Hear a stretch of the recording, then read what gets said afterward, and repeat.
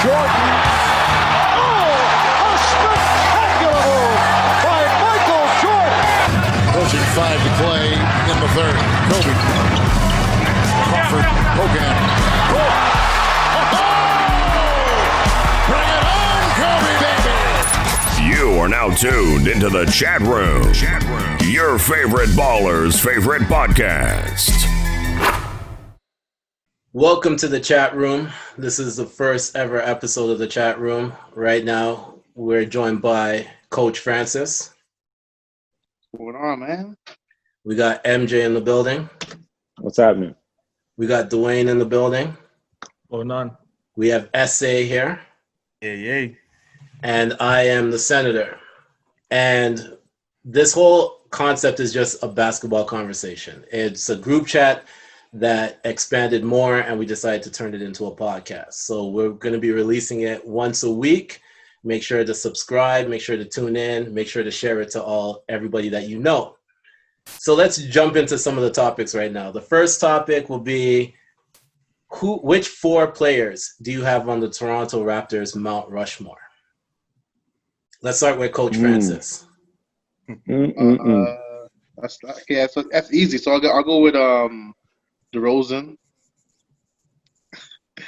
Vince Carter. I'm going. I got to go Kawhi because he brought his ship. Even though he only played 1 year, but Kawhi, and then Chris Bosh. That's my 4. Ooh. Okay. All right, SA, I see you got the Raptors hat on. Yes, sir. What's your 4? So it's almost identical to the coach, but instead of Bosh, I got Kalo. Man, I got Kawhi, Kalo's Lowry, Debo, and VC. Mind you, though, VC was a late addendum, okay? I have had hatred for VC for quite some time. Here we go. All right. It's already begun. So, asterisks on the VC as a late addition, but I have battled my demons and I've forgiven him somewhat. So, yeah, that's my Mount Rushmore. I see. I wasn't gonna have VC on there, but he kind of started the whole. He started the whole movement, right? So you kind of he's like the pioneer, So you gotta give him respect. Yeah, the one who was a late add for me was Kawhi, because he only played 1 year. That's true, but he only played 1 year. So I'm like, do I really want to give it to him? But he got a ship, so you kind of gotta. He has an asterisk. You have to. Let's go to fanfare, Dwayne. Let's see what you have to offer. You got to put Vinsanity on that list. You got to put DeRozan on there. Kyle Lowry for sure. Mm-hmm. And what Kawhi did for us last year. I don't think anyone would dispute putting him on your Mount Rushmore. So I got to put Kawhi on there as well. I think he's a staple for everyone at this point. So do you have Kyle Lowry on there because of the championship? No, yeah. Kyle Lowry's a dog. Well, he's done a lot for this city. So if they didn't win the championship, you would have him over Chris I'd still have him under. I'd still have him under over Chris Bosh. I definitely would still have him over there on Chris Bosh. Chris Bosh was he led the team in rebounds, points for career. So I think he's done more. Take away the championship. Chris Bosh has done more than Kyle Lowry? Take away the championship. The general? Yeah. I think so. He's done more with less. Look at their career, not career stats, but their franchise stats. Mm-hmm. Chris Bosh was number 1 in rebounds or points, all that stuff. I think Kyle Lowry just got number 1 in assists maybe, and steals. That was a hard number to catch up to. Yeah. That assist number was high. Yeah, but you can't really go wrong. There's 5 of them. There's 5 players that are interchangeable. Yeah, and I agree with you on that. That's why it's if you're saying Kyle Lowry or Chris Bosh, you're not wrong in both aspects. can't You know what I really- mean? No, Yeah, exactly. So anyone could win that argument. Yeah. Let's go to the newest Laker fan, MJ, Welcome, man. and see Exposed. what his for is. Half man, half amazing for sure. Has to be there. half man, half injured too, but okay. You right. Yo, I thought he just said that he put that to the past. That's No, crazy. it's still lingering. It's still lingering. I'm sorry. I'm sorry. Still. It's gonna take time. It's gonna take time to fully cleanse. Kawhi Leonard has to be there for me because first championship, he changed the whole city, the whole vibe. Yeah. Toronto's like respect levels crazy. Their net worth is out the roof because of him, I think, anyway. Then I got Chris Bosh over Kyle Lowry because, like, I think he just did more with less for the. Like, when Raptors had nobody, when Raptors were almost sold, like, Chris Bosh was, like, the only guy. Like, really holding on to the franchise. And, like, he brought them. They lost to Orlando, whatever, but he did a lot for the team. Do you think Kyle Lowry is an all-star without DeMar? I think so. Yeah. When he got on the Raptors, He his was career also this changed. year, no? He was also No, he's a perennial all-star. He's a perennial all-star. He's been a perennial all-star, and I think even without DeMar DeRozan, I think he would have been able to find a way, because you got to remember, Jose Calderon was pretty much the only guy he was going up against when he came on that team. So Yeah, you're right. once He Jose wasn't was off out the the bench. picture, there was pretty Yeah. much no one else for him to there. contend with. You know what I mean? Yeah. So right off the bat, we knew he was going to be our point guard going forward for the future. So it was just a matter of time before we started becoming a perennial all-star. Like, I think it was just set up perfectly for him, to be honest. It was a good system. Our system is perfect. Yes, our system is perfect for that guy to flourish. Yeah. We're MJ forgot to say. He mentioned 3 players. What was your fourth? Yeah. Oh, unfortunately, DeMar DeRozan is my fourth. Whoa. Hold on. No, they have the history. Oh, really? Okay, what's your asterisk for DeRozan? DeRozan's just not a playoff performer at all, in my opinion. But Chokes, man. in the big moments, he doesn't show up at all. He literally said in an interview that LeBron is the reason why he can't get anywhere. I don't know that guy, but terrible memories right now. If you have to look at the numbers, and stuff, you have to put DeRozan there. I am shocked that nobody said Arujo, Bargnani, I was gonna say Elijah. Yo, what's in your cup right now, man? I'm joking, but honestly, to tell you the truth, I was like, if you have to think about somebody that a few players that managed to get some crazy contracts, you have to put Elijah on as one of those players that got a crazy contract. 7 years contract when he was at the end of his career. The only one I think that might be worse was Kwame Brown still getting contracts.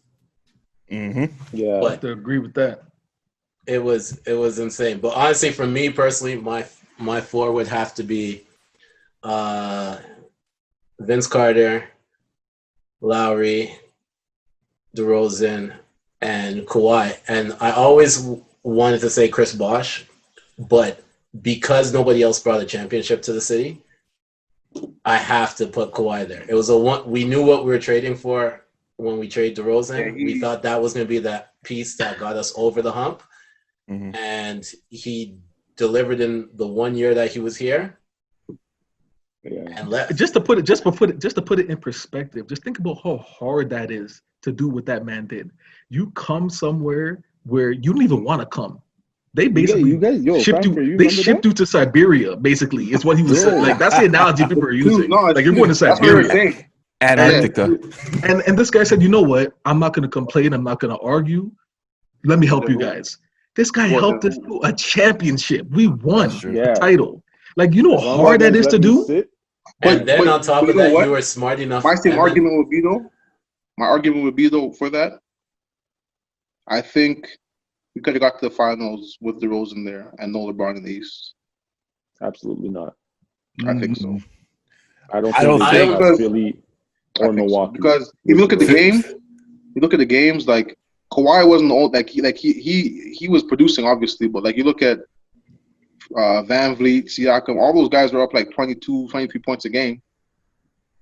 I get Francis. that, but here's where I kind of disagree with that argument, and I hate to really disagree with it because I wanted DeRozan to win a championship with Toronto, but it's also the defensive matchups that they had. Like Kawhi would be like, give me the person that's scoring the most. Like if you look at the Milwaukee series, they went up 2-0 before they really started to make a change, and Kawhi was like, I'm going to take this guy at this point, and I think DeRozan would have got killed and probably would even have gone for that matchup. Like it would just been a different situation. Kawhi was just a different defensive level than he was a killer. DeRozan, and then on top of that, he was killing offensively. But even with that though, like you look at the Milwaukee series, yeah, Kawhi took on Giannis for like predominantly like the series, but their defense was catered around or was centered around stopping the transition. So like if you watch the series and stuff, like they literally sent 5 guys to the paint and just walled up, and like Giannis couldn't go nowhere. So like he's penetrating against 2-3 guys. They built a wall. Yeah. So like I don't think you like if you say, okay, Siakam, I want you to go up there and contest Giannis, and then we're still gonna wall up and we're gonna force him to kick. I think you can still be successful. Now, the only thing that I would kind of say would be that I don't know where our closer would be. That's another thing. That's the thing where I'm like, that's too much pressure on Van Vliet. Yeah, Van Vliet, and like even Kyle Lowry, like he's not a closer, but like when he's playing with confidence and he's playing with other good pieces, like you see his confidence and his playmaking ability goes through the roof. Like even in the closeout game versus Golden State. He gives you those buckets when they matter the most. Like when you really need them, that's when he's hitting those shots down. Another thing too is like I will say that for the Golden State series, it was Van Vliet that made like the biggest splash out of everybody, because at certain times he completely took over the game. He was the most consistent. Yeah. And I remember the commentator saying we should be thanking that he had his baby, because it was after he had his kid, he went off. Like I think the games before that, the wife was just complaining too much. He was going to the game, it was in his head. He was like, I got too much stuff to think about. The baby came out healthy. He was like, you know what? I can just focus on basketball now. I'm a hoop. I'm gonna be a killer. I'm gonna be what the Raptors brought me in for, and that's what they did. Also, when Serge Ibaka got the cocoa in his forehead too. Don't forget that.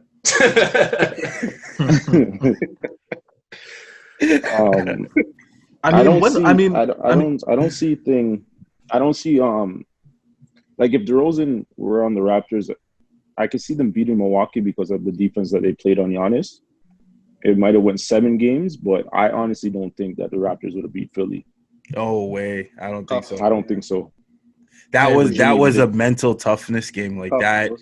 And DeRozan doesn't have that mental toughness. Yeah, Jimmy Butler is a bad Jimmy matchup. Butler owns DeRozan. He owns him. Remember that 40 points in one half he had on him? Oh yeah, he definitely has his number. He definitely has his number. So that's why I can't agree with Raptors winning a championship with DeRozan, because I don't see them getting past Philly. Yeah, and DeRozan would have been the one to take that shot that Kawhi took. That would have been DeRozan taking that shot. Yeah, I don't think he's making a fadeaway shot off the corner with that much art. But I don't think that's. Let's be real. Is Kawhi making that shot again? Yes. Yo, he made it like 3 times that year. He was practicing, man. Yeah, he made similar shots. He made similar. Yeah. He had the one shot versus, you know what? Versus Portland. He had the one shot versus Portland. Same kind of shot. Mm-hmm. You know what's funny about that, Francis? Out of everyone that I want taking a kind of shot like that, Kawhi Leonard is one of the guys where it's like, know what? That has a chance. A man that doesn't smile is going to make that shot. Yeah. Do you know how good it feels to watch a fourth quarter and see the ball in Kawhi's hands and not clutch your chest? I feel good about it. I feel good about it. Can I ask you guys a question? Can I ask you guys a question about that that game-winning shot. What's that? Did he travel? That wasn't a travel. That was not a travel. Don't do that. Don't do that. That wasn't a travel. As a Okay. LeBron fan, you cannot complain about any type if- of travel. Bro, Kawhi's my favorite player. If he had the number I love 23, Kawhi. it wouldn't be a travel. He did not I travel. love Kawhi. I've seen LeBron walk from half to the basket. And That was just I see- bad defense on. That was Ben Simmons and Joel Embiid. Ben Simmons gave up They fucked halfway up. through yeah. that play. They He fucked just up. stopped running. Joel Yeah. Embiid had to Yeah. pick up the slack. Yeah. It was one of those Yeah. ones where they thought the switch was going to happen real quick, but it didn't. And it gave Kawhi enough time to put up the shot. So that shot will always go down in history. That Yeah, picture. greatest. Honestly, the shot was sick, but the call was like sent over the edge. It's, Oh, yeah. It's the bounces, bro. Bounce, yeah. That Yeah. like Everyone's that fucking, heart like, stopped, bro. The whole Yeah. arena was quiet. And when you watch the replay of it and you just see like everyone just so focused on the game for Bro. for the amount of time that the ball was bouncing on the rim, it Crazy. just 4 makes seconds. magic. Like it's just yeah. it's just And then Y'all seen the freaking meme with the Titanic music? No, I didn't see that I one. did see that Somebody one. I sent saw that that to me. one. I saw that one. I saw the one where in the picture there's the guy that had the jacket and the random shirt on and whatever. Yeah. So What's that guy's name? yeah. again? Jay Lloyd, Yeah, but he wore a shirt to the parade that said the random guy. random guy in the Yeah, shirt. Yeah, I was like, Okay. Crazy. You guys notice who we haven't mentioned at all during this talk about Raptors playoff run? Who that is? Danny Green. He had a What do you subpar do? playoffs. I tend to agree with you on that one. Oh, he had a one or two games in the Golden State series Yeah, where he had hit a a few shots, subpar but playoff. it's He even admitted it himself. I remember some games I was like vividly mad because he's missing like wide open threes. I'm like, yo, what is this guy doing? Like we pay you to freaking hit open threes. no. We paid him to try to keep Kawhi here. That's because that trade wouldn't have happened if Danny Green wasn't included in the trade, and if Kawhi stayed, then Danny Green would have stayed. Like that's how it worked. Yeah, that's true. We paid for the partnership because Danny Green was Kawhi's best, closest teammate. He was his entourage who Yeah. happened to play basketball. Danny Green is the one that injured Klay Thompson too, though. Oh, so you calling him Zaza now? I'm just saying. he's just saying. he's the Zaza of the Raptor, or he was. And on that note, let's congratulate Danny Green on his recent engagement. Wow. We saw the Instagram Yes. post. Congratulations, Danny Greens. Yeah, Danny congrats. Green, you helped bring a championship to Toronto. So He did. There you go. as much as MJ wants He's to a hate on back-to-back you, champ. it's He's okay. a back-to-back champ, eh? You what? Oh yeah, is He's he? back-to-back champ. Yeah, he's gonna be. Stop! Stop! Yes, sir. Yes, All sir. right, He Bro, right. what? So Come on, guys. that's a perfect way to get into the Got next you, man. topic. Got you. So why don't we all list our 16 playoff teams and where we think they'll finish during the playoffs, if the playoffs happen, because we do know that Florida just got hit with a lot more COVID Good stuff. stuff, and they might go down to a second lockdown, but we're hoping that it doesn't because everyone's anticipating basketball coming back. Mm-hmm. So That would if be let's say devastating, man. let's say basketball comes back, there's no lockdown. Which 16 teams do you guys think will be in the playoffs? Okay, I got Yeah, come on. so in the West I got Lakers at 1, Clippers at 2. I got Houston moving up to 3. Denver at 4. Dallas moving up to 5. OKC at 6. Utah dropping down to 7 because that dude got hurt. Bogdanovich got hurt, so I think they're gonna drop. And I think Portland's gonna get in at 8 because I just think Dame is a killer, and you give him a chance I think Portland's gonna move up. So I got Even with the idea of him not wanting to play. yeah, man. Like Dame's a killer, and I think CJ is gonna come around. Like, I just think they have too much weapons. You know, they're tied to the same record as Memphis, and I just think they got too much weapons. Like Dame, CJ. I think Melo's gonna have like a big game. Like, I just think they got two, and then they got Nurkic and those guys. I just think they got What too much was weapons. what was Dame's injury again? He was injured before this lockdown. Was it his? No, he got injured. Was it during the lockdown or was it during play? No, All-Star? like like going into the lockdown, he was already hurt. I don't think he came back before I think lockdown. He did had, come like, back before, but Yeah, like, was it his groin or hamstring or something like that? I can't remember. Was it serious though? No. I don't think it was a serious injury. Because I think he tweaked it during All-Star, and then that's why he couldn't play during All-Star. Yeah, I don't think it was a serious injury. Perform. Okay. So I think it was that, but so that's my West and my East. it was a tweak of the knee. The knee, Mhm. okay. Yeah. And my East, I got Bucks at 1, Raptors at 2. I got Heat at 3. Boston at 4. Philly at 5. Indiana at 6. Nets at 7.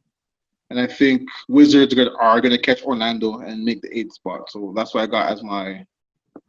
You have Wizards at 8. Yeah, because I think right now 8th is Orlando, and I just think they're gonna drop down. Yeah, I see it too. MJ, what's your? Shit. I got Lakers and Clippers top 2. Yeah. That's all you know. He does not picking nobody else. That's it. Those are locks for sure. Yeah. Then I don't know if I have Houston. Yeah, Houston would be 3rd. Who am I missing? Denver. Denver's 3rd right now. 3rd. I have Denver Utah. 3rd. Sorry, I have Denver 3rd. I have Denver's Houston 3rd right now. 4th. Yeah. I also have Utah falling off. Yeah, they lost that dude, man. I have Dallas 6th. Yeah, I have Utah 7th and Portland 8th. So OKC dropped out. Yeah, I don't have OKC making it. Okay. Yeah, OKC out. Shit. What about for the East? For the East, I got Milwaukee 1st. Ben Simmons and Joel Embiid are both going to be healthy. Supposed to be, yeah. We're supposed to be healthy, yeah. I have Miami 2nd.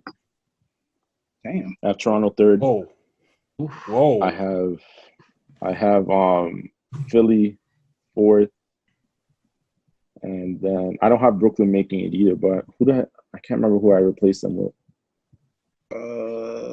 It's only Wizards and Magic because like the East only have It's nine teams. Yeah, 9 teams. Yeah. Only got 19. Yeah. Oh no, so yeah, I don't have Washington making it. They don't win games. So you have it like pretty much kind of like the same 8 teams. How it's set up. That's set up right now. I don't Washington. Except he has Miami in 2nd. Yeah. Well, big difference. But I mean, yeah, Bradley Beal, he goes off, but they just don't win. He does everything in his power to help them win. It just doesn't happen. So I don't have them making it. I feel you on that one. Dwayne, what's your setup? I'm gonna go East to West. So in the East, I got Milwaukee 1st. Toronto 2nd. I'm gonna leave it at that. I got Boston 3rd. He looked at the screen. He looked at MJ and said, "I'm gonna leave it at that." Yeah. I got Boston 3rd. I got Miami 4th. I got Philly 5th. Indiana 6th.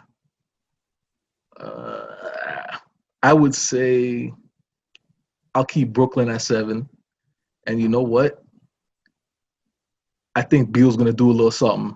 I think Washington's gonna do it. I think they're gonna make that squeeze out the eighth seed. I'm gonna leave it at that. Doing a little something. Yeah, I think with the way things are gonna play out, I think this is a perfect thing for him, and he's gonna perform in this type of environment where all eyes are him. Remember, other players can come and watch your games now, so there's gonna be a lot of eyes on you during these games. So that's what it's gonna be a psychological thing too.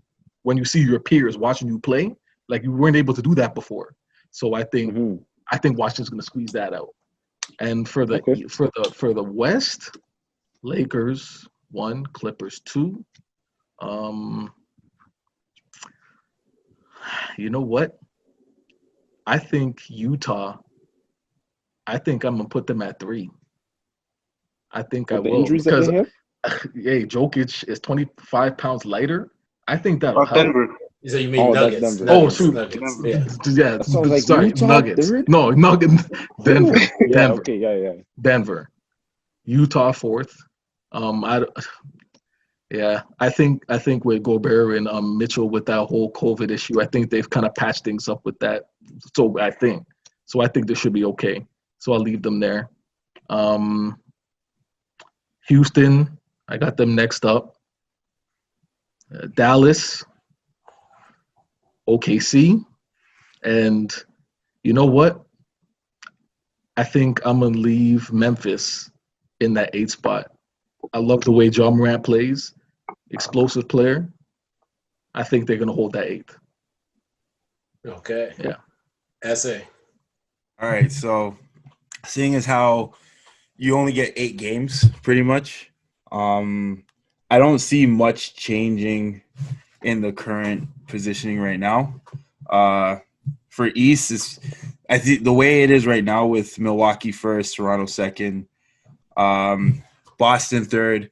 I'm with Fanfare where, right now Miami's 4th, but I know they're on a run right now, but I have a sneaky suspicion the hiatus might drop a bit.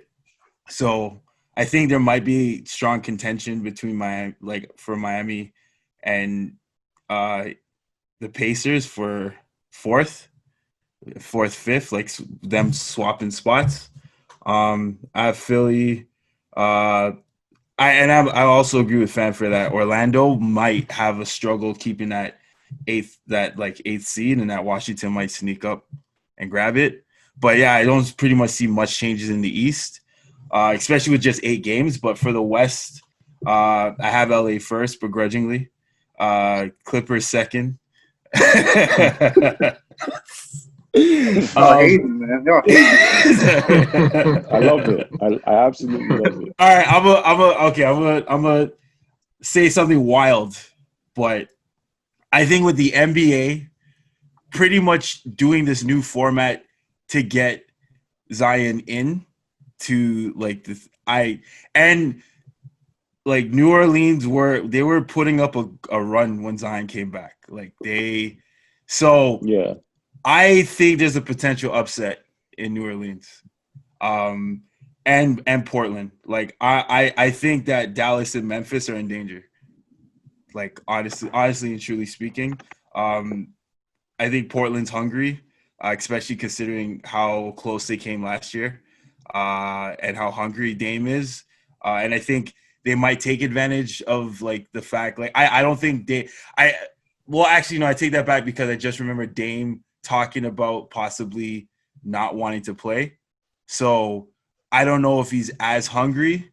I don't know if him bringing that up is an indication that he's not as into it as he normally would be.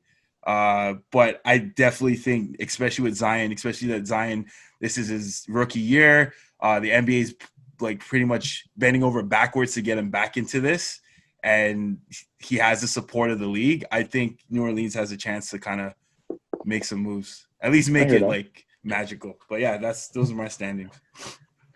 So me personally, I'm looking at the standings right now.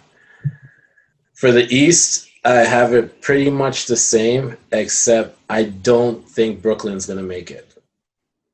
So I think Magic is going to go up to 7th, and I think Wizards is going to make it to 8th. And so in order, it'll be Bucks, Raptors, Celtics, Heats. I think I might switch 76ers and the Pacers. So 76ers 5th, Pacers 6th, Magic 7th, and Wizards 8th. And then for the West, I have Lakers 1st, Clippers 2nd, Nuggets 3rd, Rockets 4th, Jazz 5th, Thunder 6th, Mavericks 7th, and Pelicans 8th. Like, I think that I always look at I think that also with the way how NBA is setting up Zion to be a superstar, that to have him miss his first year like this, and with the rumor of him being the cover of 2K21, like they're trying to make the most out of the ad dollars as possible, especially in a time when it's a point where they're going to be losing money on some of the TV deals that they have, because not every team's going to be playing 70 games. And that's where you can get where you make the most amount of money off of the TV deals. I think they're going to try to do whatever it takes to push for a matchup of LeBron and Zion first round of the playoff. Like, Yup. I have a question for you guys. Yeah. With nobody having home court advantage throughout this entire Orlando has home on. court advantage. Yeah. Do you think teams care about like the seedings and stuff, or you think there's gonna be a lot of guys resting? I think because it's only 8 games that you're not going to have much resting, just because of the fact that they're playing out the rest of the season. They're basically playing every other day. Yeah. No, I know, but I'm just saying it doesn't really matter where you fall in the playoff picture. There's no one. I mean, it doesn't, but it does. Like, it's end of the day, it's still matchups, right? So you should know. You're a LeBron fan. LeBron purposely tried to match up with Toronto when DeRozan was on the team. I don't blame him. Look where it got him. It's true, but I'm just saying, as a LeBron fan, you know that if he's in a position to face a certain team, he may take some days off so he faces another team instead. So yeah, the Lakers don't want to. They don't want to see Clippers until conference. They want to see Clippers. Period. Nah, they definitely. LeBron doesn't want to see Kawhi. I mean, I guess not, but Clippers have no answer for AD, man. AD. Tough matchup. It's a tough matchup. Do you think the new signing of Joakim Noah will help? I think it'll help them a little bit defensively. He helps a bit because he's a rim protector, sort of. Yeah, it's more trouble in the paint. But he talks though. He's a big talker too. And we know the relationship between him and LeBron from the past. So that also is going to come into factor. But honestly, like AD is he's the question mark. Like, if he has a great series, Clippers are in trouble. Do you think if he has the playoff series or a playoff like he did when he was in New Orleans, I think it was his last year, and he was going crazy in that first round, do you think if it's like that the Lakers are unstoppable? No one's unstoppable, but the thing is that there's no matchup for AD. So like Braun and Kawhi kind of cancel each other out, right? Yeah. Because they're gonna do superstar things, right? So they kind of cancel each other out. And then you look at the role players, like the role players on each side, like they can kind of like Clippers have more prominent and more established role players. Like Lou Williams is a prominent role. He's established. Same thing with Montrezl Harrell. Like, you know what you're gonna get with those guys. Like, those guys are gonna give you effort, you know. But I think like better coaching too.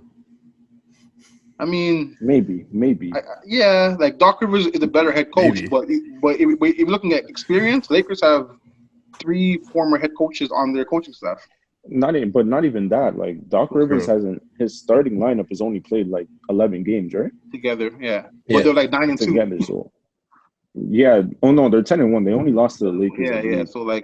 So I mean, like if I'm looking at rosters, like Kuzma, Danny Green, Rondo, like those guys, they could have big games, they could have bad games. So like you don't know what you're gonna get with them, you know. So like Avery Bradley. yeah, like you don't know what you're gonna get with them. So I think Clippers have the advantage with their role players, but I think if AD has a big series, there's nothing Clippers can do. There's nothing can do with them. Another thing too, I don't know how you guys feel about this, but without there being fans and with there being no home court advantage, I think it relieves some pressure off of AD. For sure. And Braun.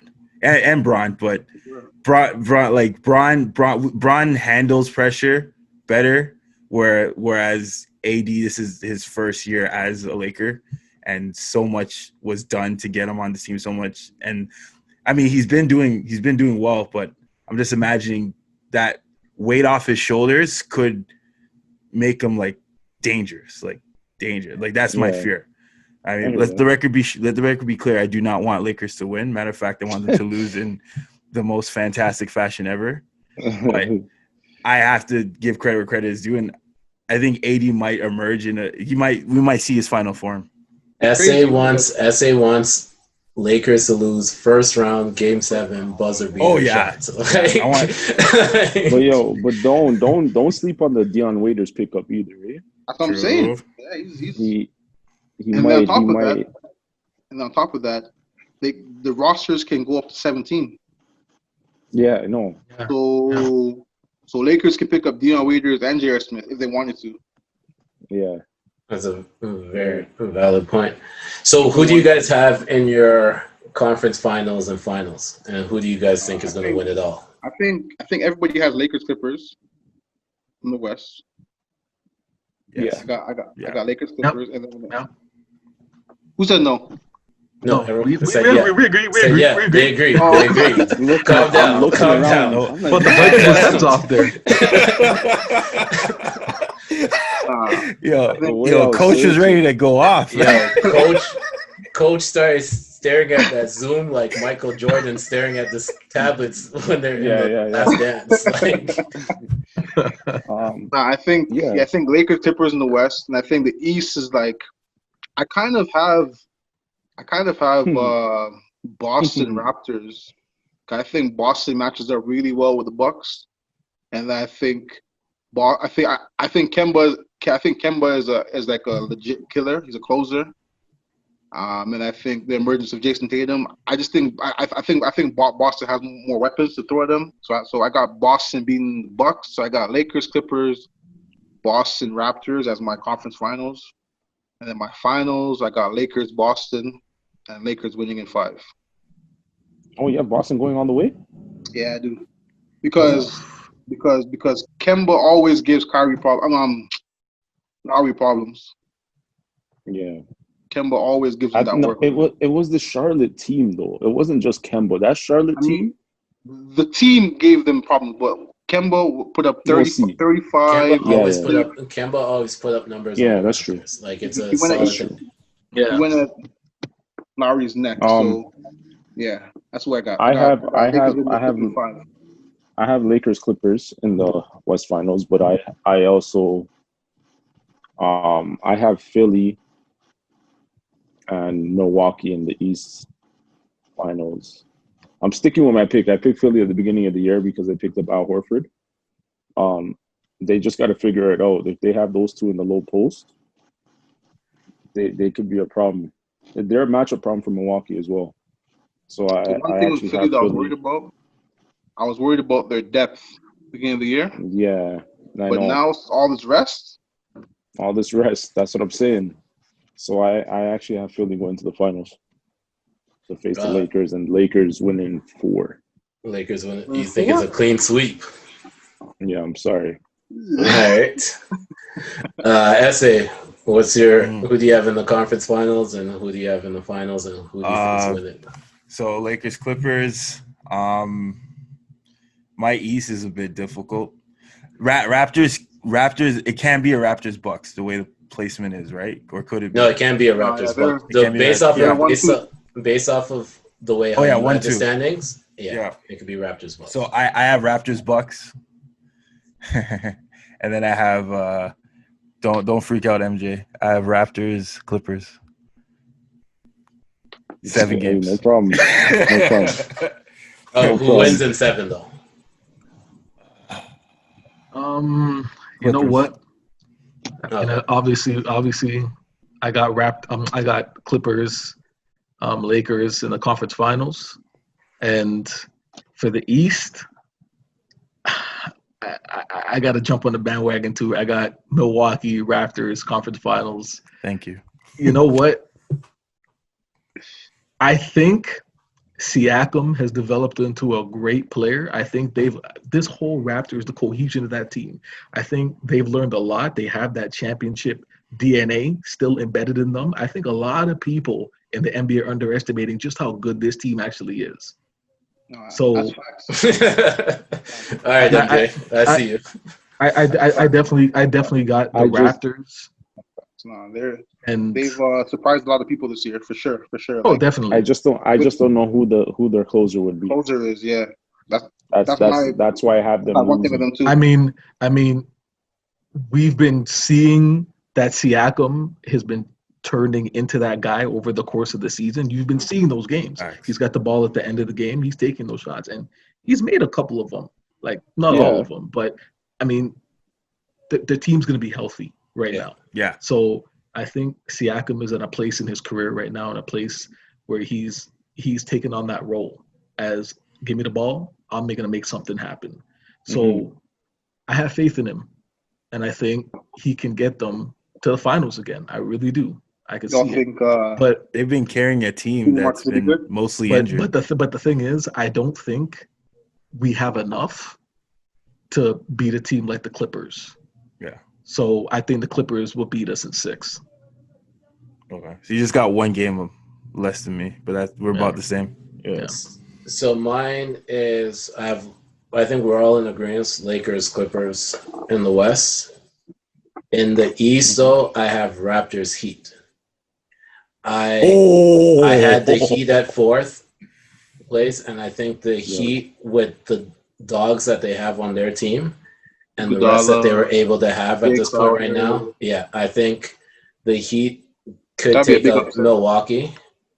But I think Heat would take out Milwaukee in 7 games. It wouldn't be like anything close. It'd be a 7-game like dog Jimmy fight. Butler, that'd be tough. And I think that with my Raptors versus Heat, I have Raptors winning in 7, but I think that they would lose in the finals to the Clippers. And I have the Clippers in 6. So for me, it's my 4, like I said, is Lakers, Clippers, Heat, and Raptors, and Clippers winning it. Oh. I can see the steam coming off of MJ's head right now. MJ looks perturbed right now. It's not even funny. Another thing about the Miami Heat is that they also don't have a closer. This year, I think Jimmy Butler's he's shooting like the worst fourth quarter percentage in the NBA right now. But I look at bad. Okay, go Francis. Over his career, he's been pretty good as a closer. I'm just saying this. I'm just basing it off of this year on this team. I don't know if he's not in the right spots. I don't know what it is, but I look at it from like the positions that they put him in when he has to take those game-winning shots. I think that at this point now, the Miami Heat has established a few people that you don't want to leave open. In the beginning, it was we got to zone in on Jimmy Butler. At this point right now, it's like, okay, you zone in on Jimmy Butler. He has faith in a few players. He has faith in Dragic. He has faith in Hero. He has faith. Like there's a few players that he can kick to that stepping up.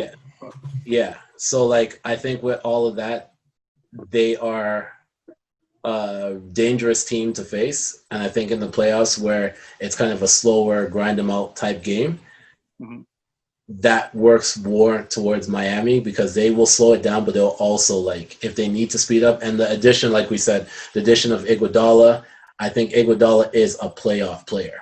Like that's and they got and Jay Crowder. Jay Crowder, man. Yeah. So I think there's a few additions to that team that makes them a dangerous team, but I do still say Raptors beat them. They got dogs all over that roster. None. So you guys said there's three man's picked Clippers winning it all, and 2 guys picked Lakers. Yeah. Smart guys pick Lakers. Okay. And So, one person picked Lakers in the sweep. LA's winning the championship. At the end Guess of who the that day. is? Yeah. What'd you say? He said Championship. LA's winning the championship. Yeah. It's coming out of the West for sure. Maybe in the We can PGA agree on Tour that. when they're on vacation. That's facts though. No, like LA is getting champions No, this year. not specifically Lakers. Just Los Angeles is winning a you mean championship. an Yeah. LA team? Okay. Yeah. Yes. They're doing it for Nipsey. I'm trying to hate. Yeah. Hey, yo, I got bad history. Okay, I'm just saying. All right, so I could have went purple or yellow for the longest time. Not That's with purple. great. That's crazy. seeing that we figured out who we had winning it all. Let's pick the season-ending awards. So, who do you guys have for Rookie of the Year? We'll start with fanfare this time. Okay. To me, it should be pretty obvious. It's John Morant. I mean, look at what he's done on that Memphis team. This kid, he's a high flyer. He's putting up great numbers this year. So I think, hands down, it should be John Morant. John Morant. His explosiveness, he's an amazing point guard. Yeah, He's a problem. He's a problem, man. So, Coach, are you saying that you agree that you think it should be Ja? Hey, Ja is a problem. He's one of the first rookies I've seen that talk shit to other the star players. Like usually you see rookies play.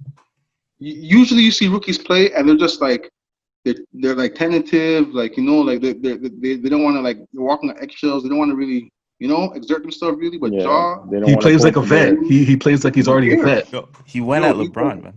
He went at LeBron. He went at James Harden. He doesn't care. He doesn't care. I think that mentality is going to take him a long way, man. He's special, man. He's like MJ. Who do you say? He's like Westbrook. Special, man. Is Zion eligible to win the award? Yes. If he finishes the season, then yes. Yeah, he will be. Then Zion Williamson is the Rookie of the Year. Explain. Any reason why? Expound. Look at it. If you look at his numbers and what he's done, John Morant's played more games. But if both those teams make the playoffs, they're going to give it to Zion. I'm not saying he should win. Yeah. I'm just saying I've seen the NBA do this. Like when Ben Simmons won the Rookie of the Year award, I think it should have been Donovan Mitchell. Or like when like Braun won it. No, Braun earned it, but. Yeah. So MJ, is it possible they may do a Cole this year? Is that possible? No. Zion Williamson. I think they're going to give it to one player. If they didn't give the Rookie of the Year to Melo that year, when Melo clearly had better stats and was a better player than Braun, clearly. If they had any interest in doing Cole again, the last time they did Cole Rookie of the Year was Grant Hill, Jason Kidd. Yeah. They would have done it. They would have done it for Donovan Mitchell and Ben Simmons. Or that. Because it was that close. It was that close. But I agree. But the thing is that they probably won't ever do a Cole Rookie of the Year, Cole MVP, any of that stuff because it's not definitive. Like you want to leave your mark on it. Like it's not one exactly. Not imagine sexy, 2 guys winning it. One man, you can't walk around saying I'm the Rookie of the Year. You can't say that. Just one man can't say that. It's too weird. I think they made a mistake when they did it the last time. But Zion's my pick. SA. I'm gonna join MJ and put on my tinfoil hat too, and because definitely, as much as John Morant is like balling, like everybody owes him money. Like he's going at legends. He's going at people he shouldn't even be like sharing the paint with. Yeah. And not even just like even when he misses, he's like, "Yo, you're lucky," and I'm gonna try again. like so, but I think if Zion wasn't injured, it wouldn't even be a discussion. Yeah, fact. Because when seeing Zion how he came back, seeing how he's playing in big. Like when he went against the Lakers, like seeing if he had a full season, definitely, like, as great as John Moran is, it wouldn't even be. And I agree that for the sake of trying to save whatever money and whatever like franchise resources the NBA has, because they're hanging on by a thread, they're gonna lose ticket sales and all that stuff. Zion is like the leading charge. Yeah, they need. So he has to win some kind of award. You know what I'm saying? Yeah. So The two players the NBA needs is Braun and Zion. Like the NBA needs Braun in the finals, and the NBA needs Zion in the playoffs. That's what it needs. Yeah. So my choice is Zion, and the reason why I have Zion is because I had Memphis missing the playoffs, and I think with Zion getting the 8th spot and being able to take the team from where they were to getting the 8th spot, that they're gonna award him the Rookie of the Year. Listen, if the NBA says Zion's eligible to win the Rookie of the Year, they're not going to make him lose. No, I promise you, they're not going to make him lose, bro. Again, right. we're playing 8 games, and we're seeding just to get New Orleans another chance, right? Yeah. 3 teams in the West and only 1 team in the East. Come on, son. He might win MVP, actually. Nah, hey. Don't do that. Don't do that. Speaking of MVP, so who do you guys have? Who do you guys have as the MVP? Braun. Oh God. SA, who do you have? I know it's gonna be Braun. I know it. You want it to be Braun. No, I want it to be Giannis, but I know it's gonna be Braun. Listen, you're gonna see a lot of jury rigging. There's gonna be a lot of rigging, but I'm not. Braun. MJ. Rigging. Who do you have? LeBron James. Dwayne. I dare you. Say Siakam right now. I dare you. Yo, I'm not gonna lie. That was in my head. I will let you know. The words are not gonna come out. It's not gonna come out. It's in my I head. will let you know that I think that part might be the promo for the video. So I just want that part where MJ goes, "Say Siakam." That's it. But don't worry, MJ. I'm not crazy. I'm realistic. So it's gonna be LeBron James. I think he's gonna win it this year. I have Giannis. You have Giannis? I have Giannis. I'm not mad at that. Most improved player. We'll start with MJ on this one. Most improved? Yeah. That's easy. It's got to be that kid out of Charlotte. Devontae Graham? Yeah, Graham. Devontae Graham. He's up there. He's the only name coming to my head right now. Yeah. Coach, you think the same thing? No, I got Ingram. Yeah, he became an all-star, yeah. He did. Shai's also up there, but I have Devontae Graham. Shai Alexander. Yeah. That's a solid point. MJ took mine. I was gonna pick Shai.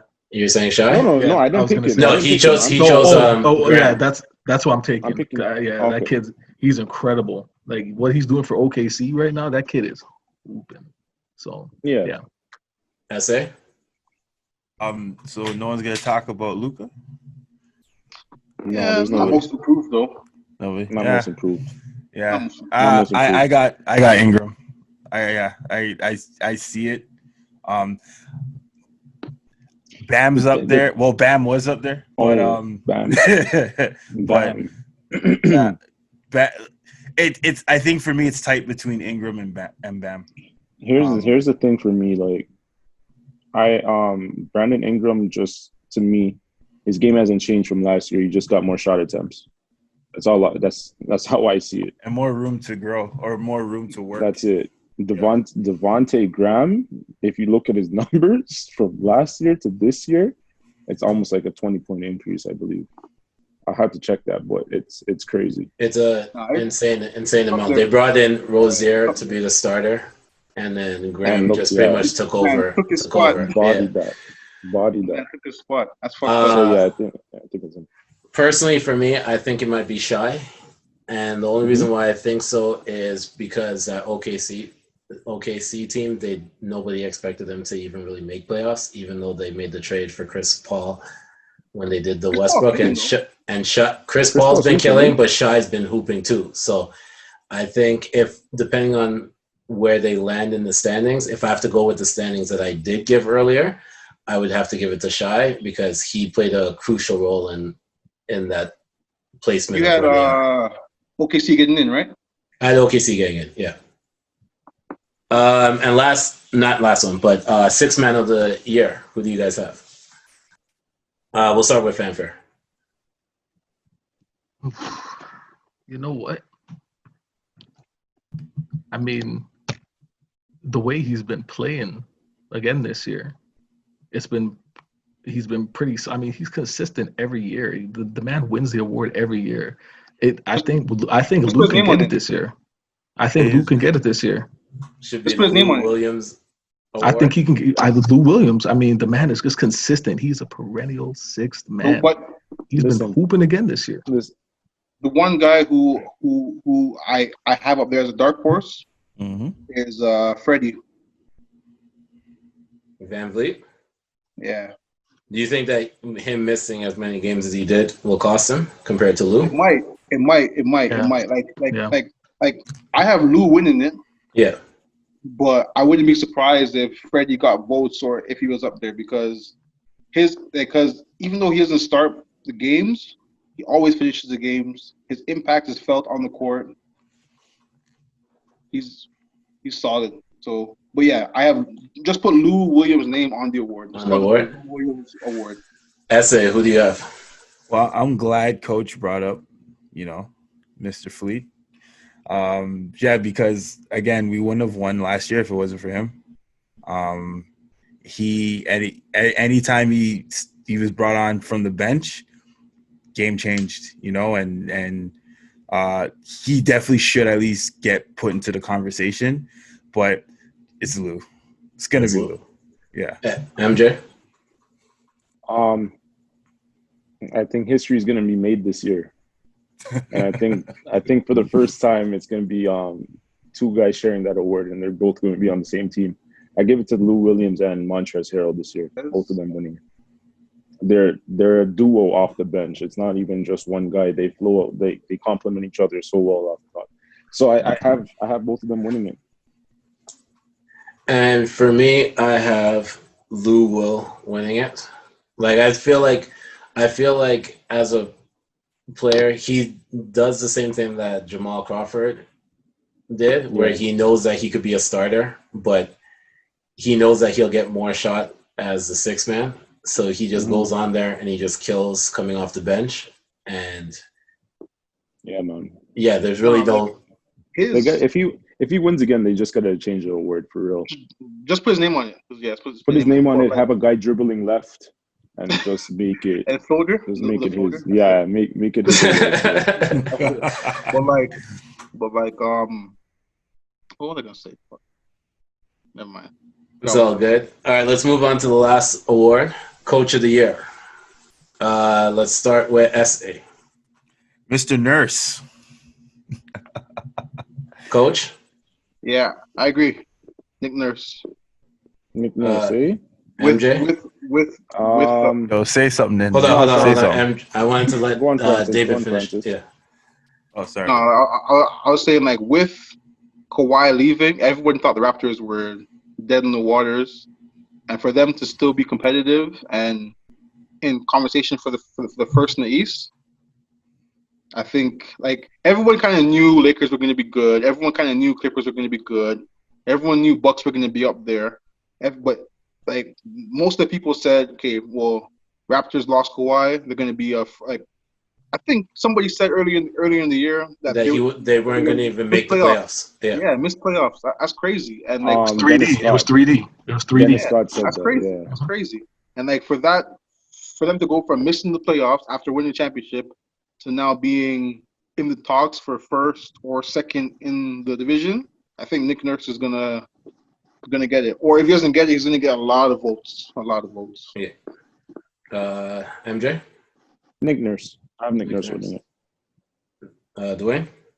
Same thing with me. I got Nick Nurse winning it. I have Nick Nurse winning it, but I have Eric Spoelstra getting a lot of votes.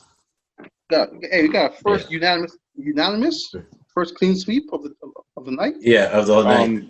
Can I just throw in there that defensive player of the year is going to be Anthony Davis? Defense. He might be. His numbers are really His good. numbers are really good. Yeah, I'd have to agree with that. Might be. Ignore my face. It's just anytime something mentioning the Lakers, I just have a natural reaction. Ignore my face. All right, so essay, who's your defensive player of the year? I'm not disagreeing. That's what I thought. Dwayne, do you agree? Yeah, I think Anthony Davis. And Coach, He's leading the league in blocks, right? Huh? He's leading the league in blocks, right? I think he was like third. I think Really? for some reason I think like Dwight was up there too. No, I think he's first in blocks, bro. He was like top 3 in like 3 different categories or something like that. Like it was insane for his numbers. But yeah, no, definitely Anthony Davis is defensive player of the year. All right, so let's switch this a little bit. I'm going to start with. He's sorry. Oh, Hassan Whiteside, eh? I just checked. Yeah, it's Whiteside's Whiteside first. and Brook Lopez. And then he's third. Okay. Third, yeah. Let's transition it for a quick second. We're going to start with Dwayne on this one. So what is a basketball moment that made you the happiest as a fan? And a basketball moment that made you the saddest as a fan? Let me just walk away for a second, bro. He's gonna take one. The happiest moment, I think, in my life as a basketball fan. Okay, we need your camera on. Come on, don't do that. Don't do that. My bad. Sorry, bro. But yeah, go ahead. You know what I'm going to say. It's that championship win. It's that championship. It doesn't get any better than that. It doesn't get any sweeter than that. That was 25 years of just blood, sweat, and tears. I've been there from the beginning. And to see us hoist that trophy, it doesn't get any better than that. And it doesn't get any better than that. You know what? I would have to say my saddest moment was Vince Carter, the whole Vince Carter situation. All of us when we were young, we loved Vince Carter. Vince Carter was Toronto. He was Canada. And just to see how that whole situation kind of fell apart and crumbled, he said he just stopped playing for us. And that was really a tough time. That was really hard to watch. And I think that was probably my saddest moment when Vince Carter, the whole situation with him, just the breaking down, and we traded him and pretty much got scraps. Eric Williams and who's the other one? Aaron Williams and Alonzo Mourning, who retired and then came back to Miami and won the championship. We paid that man to not play. We paid him to not play. Yeah. So yeah, I think that was the saddest moment, saddest time for me. Coach, what's your happiest and saddest moments? Happiest moment was probably, it's weird, like probably Kobe's 60-point game. The last game? Yeah, it's weird. Like I was sad it was the last game, but I was so happy because I'm like, this is what I remember seeing. Like it's my favorite player. Like, it's like everyone said he couldn't play. Like it was and to see them come back and win and see all the excitement in the yeah, bro, arena and stuff. Like it's not like it was a blowout. It's not like Lakers were killing them and he was just racking up the points. He was actually trying to bring the team back. Back, yeah. I think that was probably my happiest moment. And my saddest moment was there's two. There's Vince missing the corner 3 versus Philly. I remember that very, very vividly. There's that, and Lakers getting beat the fuck up versus Boston in 08. Mm.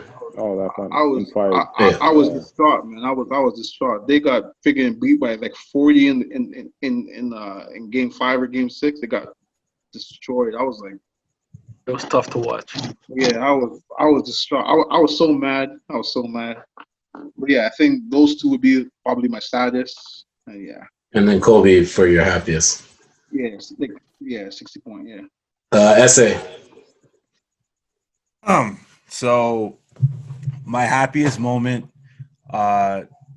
wasn't just game 6 against Golden State. Actually, it was more game 7 against Philly. Just because the fight and just seeing how, because one of the most famous things is Toronto just disappearing and becoming extinct in the fourth quarter.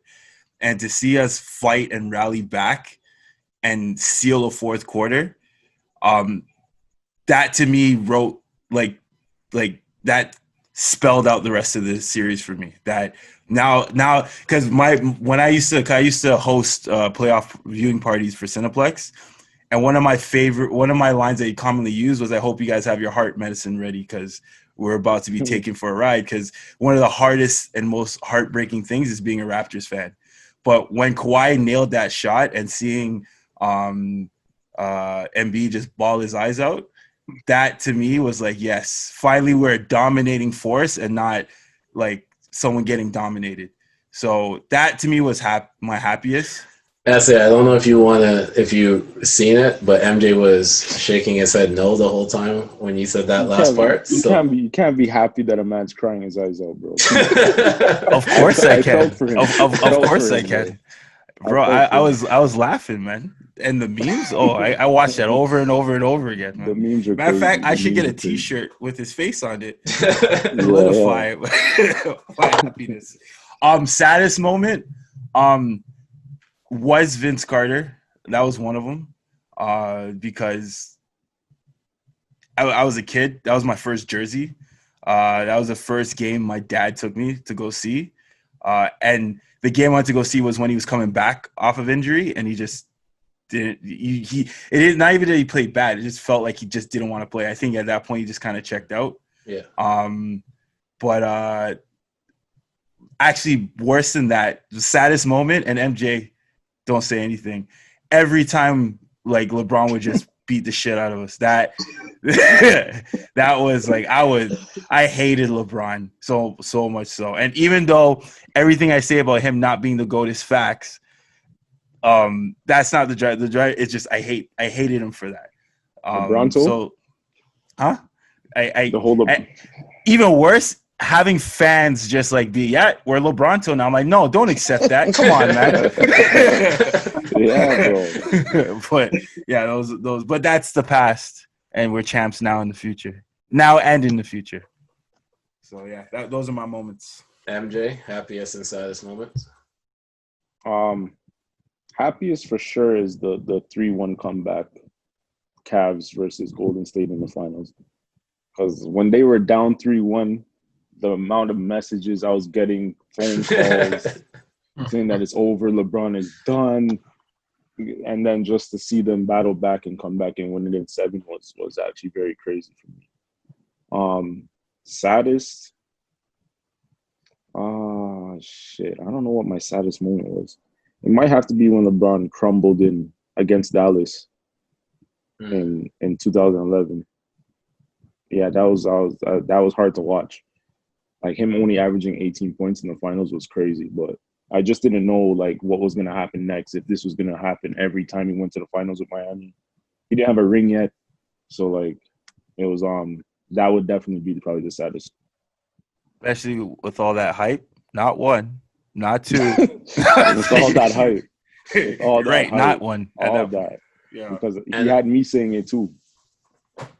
And I think for me, my happiest moment would obviously be the Raptors winning the championship. I was so upset that I didn't get to fly out for the parade, but I was happy that I was able to get my connection to get Coach Francis out there to be at the parade. So I was living like through him doing him being at the parade. And I think for me, my saddest moment would be, and Coach was with me when this happened, and I hated being there. He had to be there with me. Was Phoenix Suns versus the Lakers, and Ron Artest putting up that game-winning putback. The layup at the end. Yeah, and I was like, my heart dropped because Nash is my favorite player, and I just really wanted him to win a ring, and I thought that year was going to be the year that they could win a ring. And then that happened, and I was like, oh man, I think I drank myself away that night while we were out. Like, it was a different feeling for me. But yeah, no, that definitely would be my saddest moment. So quickly, because we're getting to the ending of the podcast, we're going to do kind of like a lightning round. And if we can keep it one sentence or like the first word that comes to your mind when it comes to it, we'll go in order. We'll do it Coach, Dwayne, MJ, SA, and then myself. And then I'll just read off the topics, and we'll quickly discuss what we thought of when we think of these moments. Kobe Bryant scoring 81 points on the Raptors. I was in my freaking living room, home alone, watching it on my big old those big old box TVs, like with the heavy ones, the old school ones. Heavy ones. Yeah. 5 people need to carry that TV outside. I was watching home alone, watching that, and I couldn't believe what I was watching. I was like, I was in disbelief. Yeah, I was in disbelief. And then the thing I'll always remember is them putting up Kobe with 81, and then putting up who was it? Was it Arugio? I think it was Arugio. Career. Or somebody else, points. and he had 2 points. Yeah. I'm like, that's fucked up. Yeah. That was during the European ball era, wasn't it? Yeah, it was. Yeah. It was. Dwayne, what do you think of when you think of that? I mean, one word comes to mind: devastating. I remember me and my brother watching that game, and Mike James and Jalen Rose were cooking in the first half. They were killing the Lakers. And then I don't know what happened with Kobe, Joey Graham. And Joey Graham was on that squad too, but it was Jalen and Mike James. They were the ones that were really like hooping for us. And when Kobe saw the smiles that those guys had in their faces when we were up by 25, he said no. And then Jalen Rose said, "Uh-oh." Yeah. And yeah, I was devastated when Kobe reeled off, I believe it was 55 in the second half, 56. Yeah, I was devastated. MJ?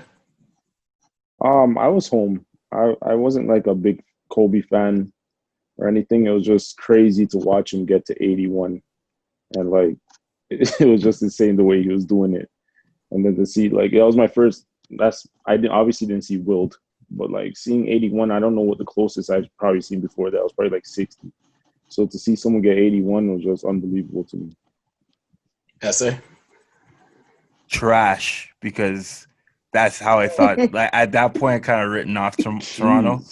Bro, Toronto, it was trash during that time. Okay. And why did it have to be Kobe? Because not only did he do it, but he did it like in a way that they were down 20. Bro, I don't remember where I don't even remember where I was because I blocked that out of my memory. So I don't remember. I just remember I was mad. I think I broke something. But yeah, just Toronto was trash at that point. And my thought was, I hated it. I hated Coach. I hated every Laker fan. I hated anybody that supported Kobe. I didn't appreciate it the day when it happened, but the day after when I really thought about it, I was like, that was history that I just watched. So I felt the same way. I felt the same way. One word to describe what you thought, or if you remember, or where you were when Vince Carter dunked over the 7'2" guy in the Olympics. Coach. I was at the club. It wasn't girls' club. And I remember running out of the freaking team lounge and I was screaming. I'm like, what the hell did I see? Yeah. Dwayne? I was watching with my brother. I watch a lot of ball with my brother. So I was watching with my brother, and I think I froze. I was just in shock. Like, we looked at each other like, huh? Like, we didn't really know what to do. That was my initial reaction. And then we just looked at each other and we just started screaming like, oh, shit. Like, what did he just do? And then when I saw the replay, they replayed it about 4 or 5 times. Over and over again. Yeah, they did. And I'm like, we just watched something incredible. I don't think we'll ever see someone jump over a 7-footer ever again. So it was initial shock and then just, wow. MJ? I saw it in a newspaper. Like, I didn't watch the game because that's USA, right? Like, I didn't watch the game. I don't know where I was, but I remember hearing about it. And then I saw the newspaper the next day, and then I was like, holy smokes, that's crazy. Because those times it's not like I could just pull up my phone and like Google it right away, right? So like I just heard that everyone was talking about it, and then I saw it in the newspaper. I was like, geez, that's crazy. Then I finally found the video, and I watched it probably like 100 times back to back. I seen KG almost punch him in his face, like get punched in the face by Vince. When like I remember all that. Essay? God damn. I didn't know people could do that. I didn't know people could jump that high. I remember one person who hated Toronto and would find any reason was saying, yeah, but he tilts his head to this. I'm like, bro, it doesn't matter. Man's 7'2". Even if he tilted his head, that means his crotch was 7 feet in the air. So yeah, man, that's spectacular. Never forget that. That was crazy. I think for me, I just yelled. There was no words. I just yelled. And then my friend asked me, why are you yelling? And the replay was going at that point. And I said, you got to watch this. And we watched it, the 4 replays. And then we waited for Sports Center to come on so that we could watch it again. And then there was a bunch of replays of it on Sports Center that same night too. And it was just insane. So that's what I remember from that. We mentioned this earlier, Vince Carter missing the game-winning shot against Philadelphia. I was in Edmonton. No, sorry. I was in Regina for for like a student exchange program with the Boys and Girls Club.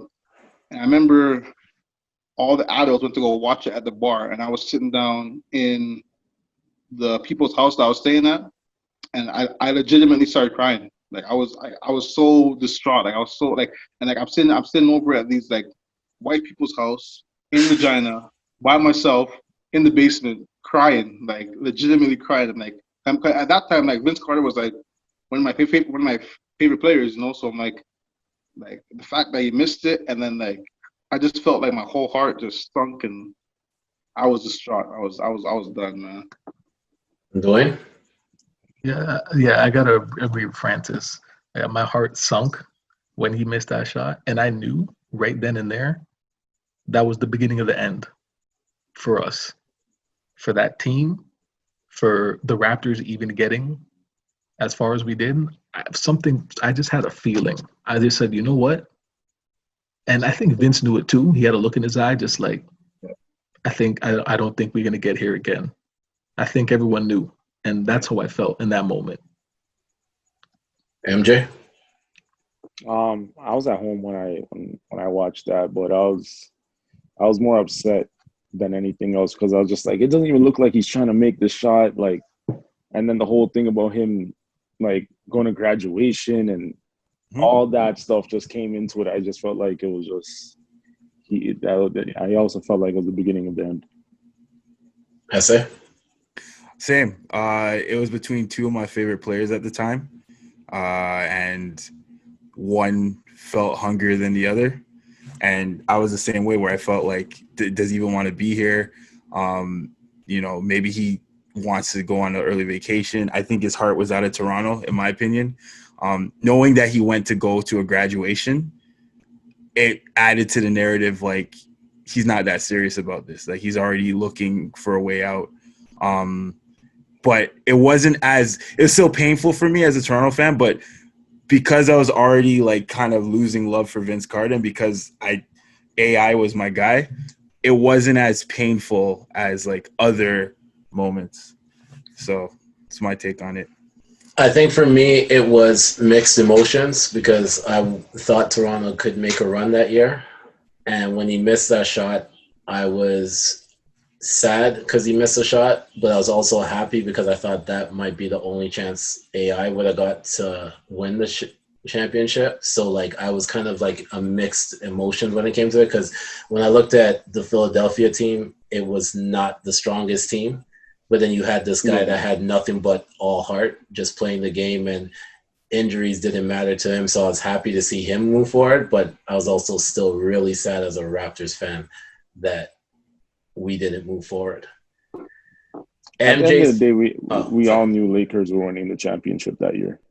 They were the most favorite team even before. It was coming out right? the West, regardless. Yeah, I think that's like the best playoff run ever. Like they were 15-1 that year. Yeah. So it's that's why it also wasn't that sad of a moment for me when Vince missed, because it's just like if Philly went on to win the whole thing, then I would have been like, damn, that could have been us. But the Lakers are winning that year anyway. That's a solid point.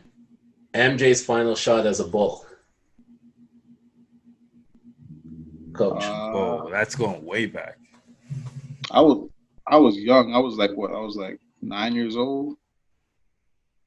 Well, yeah, 8, 9 years old, and I was in Galloway in the. I remember I was watching it in my mom's room, and then the next day I went downstairs in Kingston Road in Galloway in the little makeshift, in the small ass gym down there. I was trying to do the pullback, stick my tongue out and do all that kind of stuff, and I remember mans came down and were laughing at me, but. so your memory of it was people laughing at you after when you tried the shot.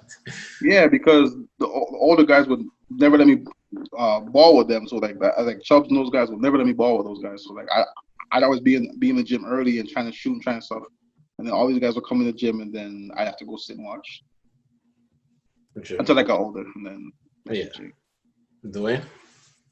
Yeah, I remember I was at my uncle's, and it was like a little family thing, and we were all watching that game. And when he hit that shot, I screamed. I mean, as a kid, Michael Jordan, that was our guy. We all wanted to be like Mike.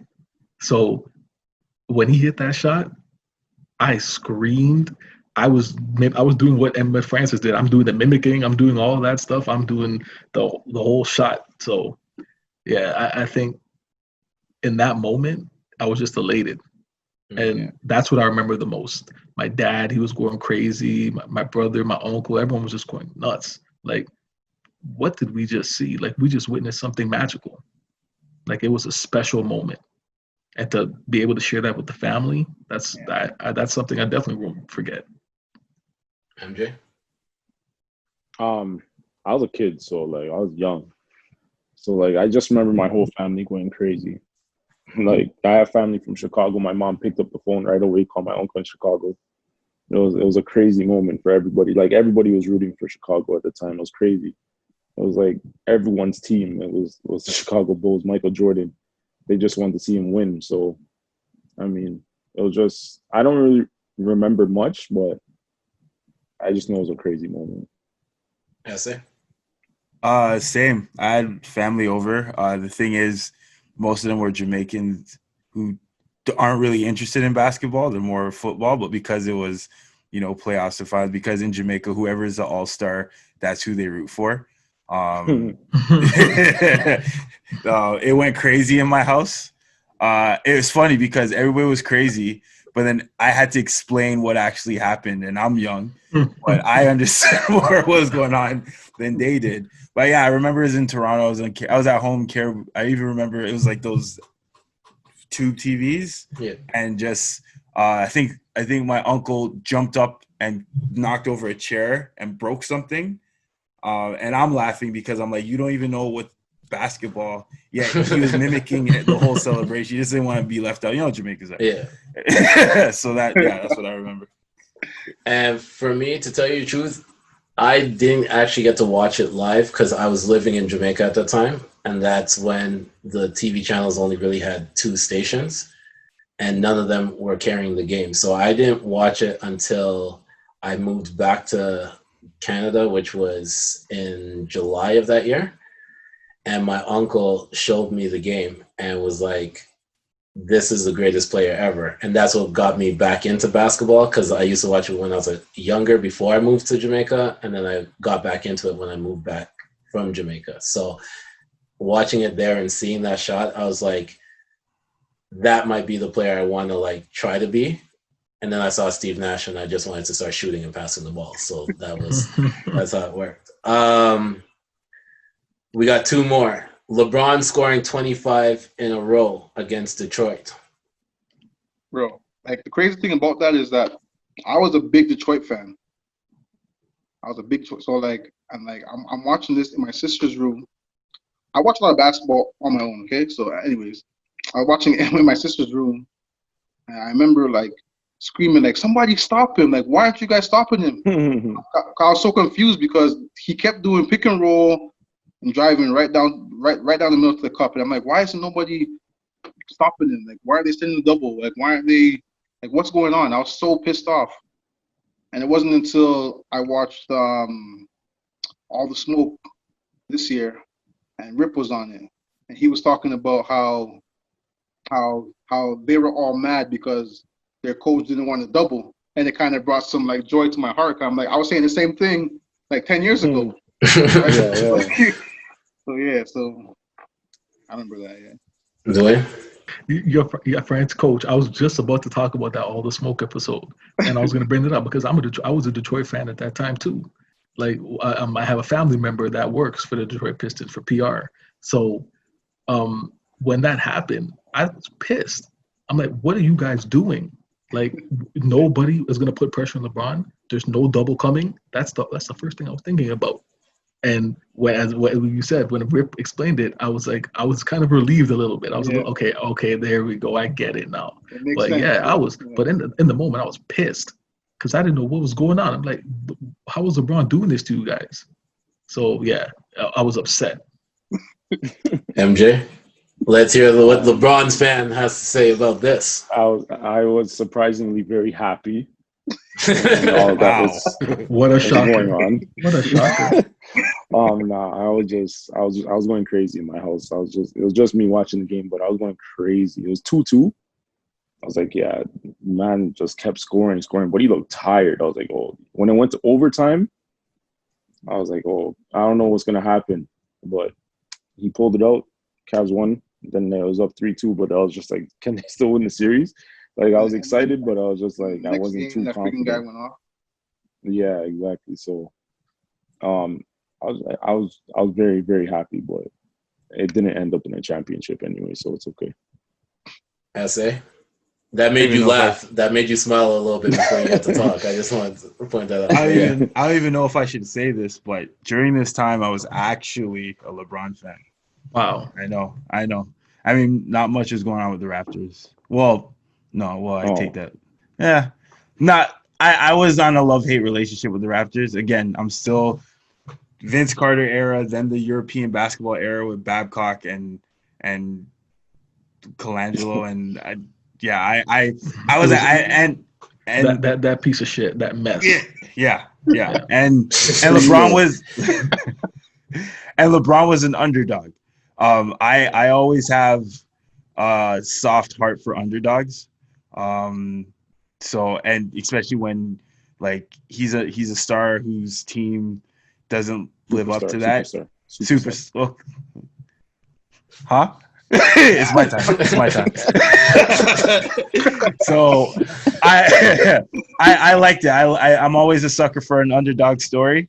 And that was a magical one for me.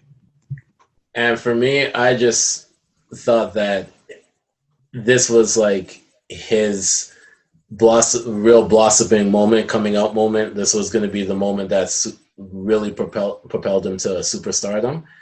And I thought that I agree with MJ that he looked really tired at the end of it. And I feel like if he didn't have to do so much work throughout all those playoff series, that they could have a solid chance at actually making it to the finals and winning. And I just thought that he got so gassed out in that run that it really just played an impact on his body during the whole thing. That was probably the beginning of his hairline deteriorating. But go on. Yeah, that was the beginning step. But to be honest, no matter how healthy he was, he could have got as much rest as he's getting now. He wasn't beating the Spurs that year.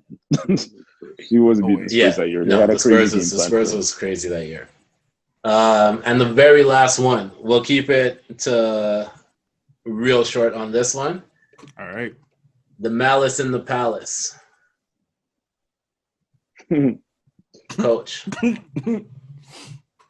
remember watching that at home, and the only thing I could think about was, like, I'm a fighter, so I was just thinking about like what I would do in that situation. So like I remember watching like who was it? Was it Al Harrington who tried to throw a punch and he like slid and almost tore his Achilles out and stuff? I think that was Al Harrington, yeah. Yeah, I remember watching them like, hey, he can't fight. Yeah, I remember watching that. So, Dwayne? Yeah, yeah, I was at home when that one happened, and the first thing that came to my mind was I was laughing. I was laughing my ass off.